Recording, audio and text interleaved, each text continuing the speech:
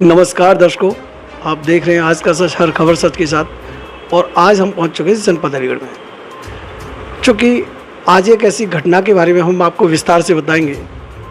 आज हमारे साथ एक ऐसे पीड़ित मौजूद हैं जो कि पिछले वाक़या है ये 2022 का, एक साल से ये लगातार आला अधिकारियों के चक्कर लगा रहे हैं, जबकि पीड़ित खुद ही बुरी तरह से पिटे हुए हैं।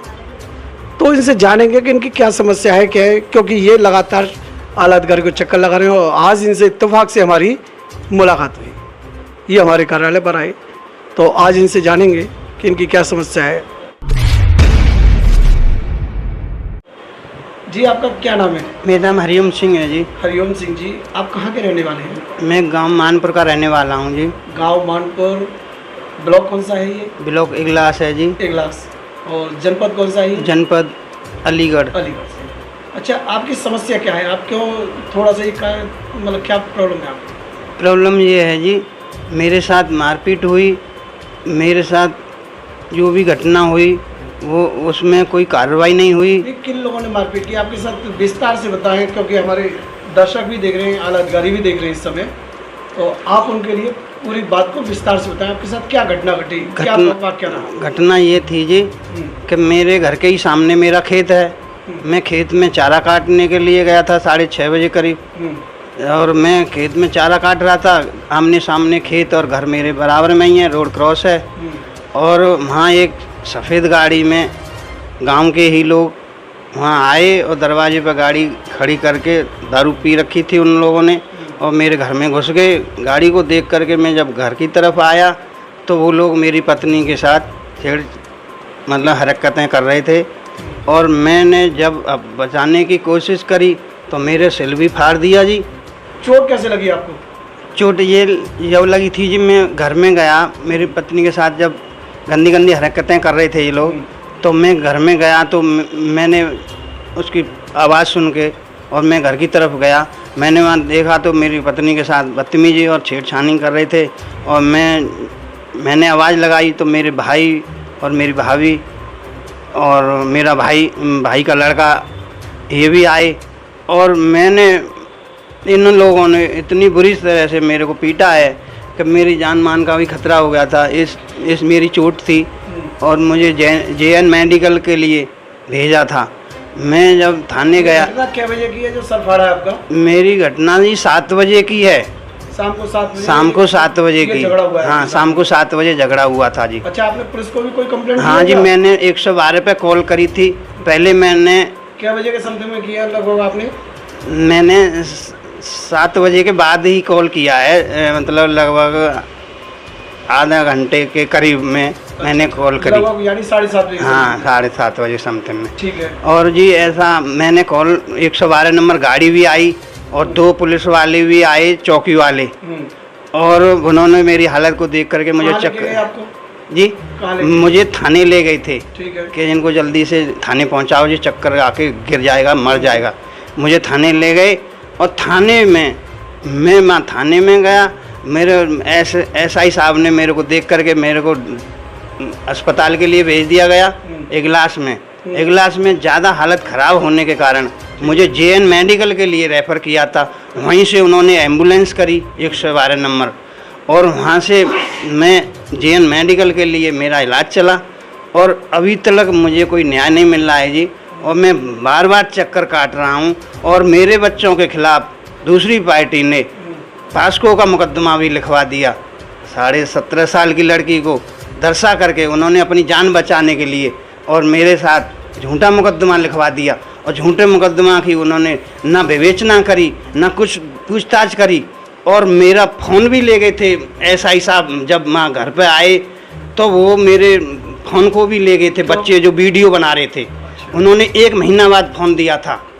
मनीष कुमार SI साहब आए और वो उस लड़की के घर में जाकर के चाय पानी पी रहे थे।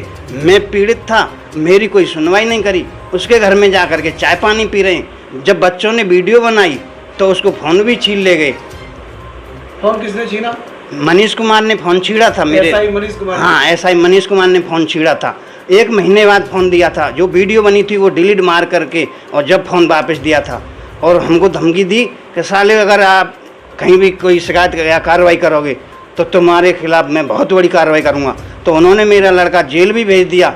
रात के 12 बजे पकड़ा था, मेरे घर के अंदर जा कर के रात के 12 बजे, मतलब लड़का कोई चोर था थोड़ी। यानी जो लड़की के साथ उन्होंने जो छेड़खानी दिखाई है, हाँ जी, उस मामले में आपके लड़के को पुलिस ने उठा के जेल भेज दिया। जेल भेज दिया, झूठा केस लगा करके जेल। झूठा केस आप कैसे कह सकते हैं? ये क्या बजे की घटना थी दिखाया जिन्होंने दर्ज की? ये 7:30 बजे की है। जब 7:26 पे मैंने पुलिस बुलाई 112 नंबर, तो 7:30 बजे छेड़छाड़ हो कैसे गई, ये सिद्ध कैसे कर दिया? मेरे पूरे गांव में किसी भी जात के आदमी से पूछ सकते हैं। इसमें कोई तफ्तीश ना करी, कोई तफ्तीश ना करी, न मेरी कोई सुनवाई करी। मुझे बार बार धमकी देते जा रहे हैं। मैं सब जगह घुमाया, आगरा भी घुमाया और एसएसपी साहब के पास भी घूमे आया, डीआईजी पास के घूमे आया। मुझे कहीं से कोई न्याय नहीं मिल रहा है जी।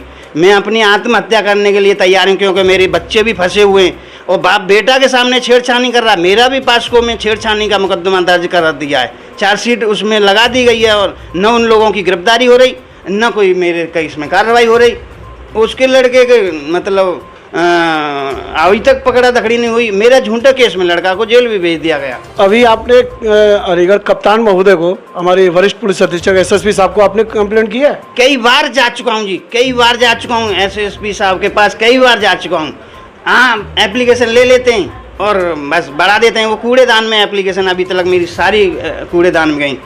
अच्छा, अब हम इसका दूसरा पहलू ये दिखाएंगे। ये देखिए कि 7 बजे इनके साथ मारपिटाई हुई है और सर भी फाड़ा गया है, पीड़ित का ये कहना है। और लगभग 7:26 पर इन्होंने 112 पर कंप्लेंट भी दर्ज कराई है। हम आपको कंप्लेंट की रसीद भी दिखा रहे हैं। 112 पर इन्होंने ये कंप्लेंट की है मोबाइल से जो है, और पुलिस मेरे ख्याल से लगभग 10 से 15 मिनट में आ गई होगी पुलिस। हाँ, उसके बाद पुलिस ने जब इनका सर फटा हुआ है तो पुलिस इनको उठा के थाने लेके गई है और वहाँ से कार्रवाई करते हुए इनको तुरंत इगलास के अस्पताल में पहुँचा गया और वहाँ से इनको रेफ़र कर दिया गया अलीगढ़ जेएनवी मेडिकल में। अब सवाल ये आता है कि ये तो यहाँ भर्ती रहे और 7:30 बजे की घटना दूसरी पार्टी ने, जो दबंग पार्टी है, उसने थाने में अपनी बेटी के को साथ ले जाके और छेड़खानी का आरोप दिखाया है। ये पुलिस ने, ये समझ में आया कि पुलिस ने दर्ज कैसे कर लिया, जबकि 7:30 बजे की ये 7:26 पर घटना दर्ज कर रहे हैं जिन्होंने कंप्लेंट डाली है और 7:30 बजे छेड़खानी का आरोप लगा दिया। क्या अभी उन लोगों के खिलाफ किसी तरह की कोई कार्रवाई हुई? कार्रवाई नहीं हो रही, कोई कार्रवाई नहीं हो रही है जी। मेरे घर में अब भी वो हरकतें कर रहे हैं। वो जो है सोनू लड़का है कुलवीर सिंह का, वो परसों भी मेरे घर में कूद गया रात के 12-1 बजे करीब। मेरे साथ बहुत अन्याय हो रहा है जी। मेरा घर अलग है, वो दबंग लोग हैं। पहले भी मतलब हमारे साथ कोई सुनवाई ना कर रही जी। मेरी तो कोई सुनवाई नहीं हो रही है। मैं कई बार मतलब बहुत आते आ गया। मैं तो बहुत अपनी जान देने के लिए तैयार हूँ जी। मुझे कोई, अब अगर आपको न्याय चाहिए, अब आप क्या चाहते हो ये बताइए?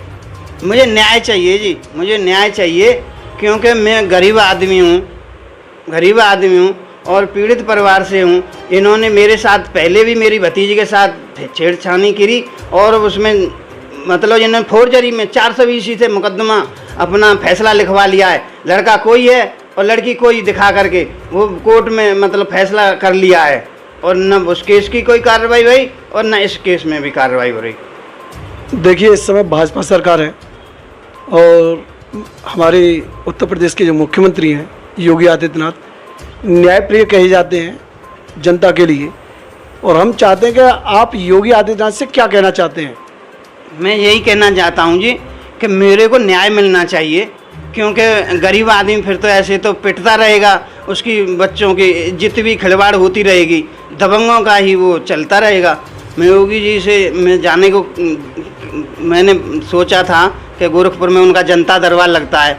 मुझे पैसे न होने के कारण मैं नहीं जा पाया हूँ और किसी न किसी, हाँ तो जी मैं सच्चा वो व्यक्ति हूँ और किसी से भी मेरी जानकारी करके मेरे को न्याय मिलना चाहिए और पीड़ित परिवारों को मतलब कोई न्याय नहीं मिला अभी तक अब इनकी ना गिरफ्तारी हो रही और वो तो यूँ और कह देते हैं साले तू क्या कर लेगा, हम तो पैसे भर दे दें, पुलिस हमारे कहीं में चलेगी।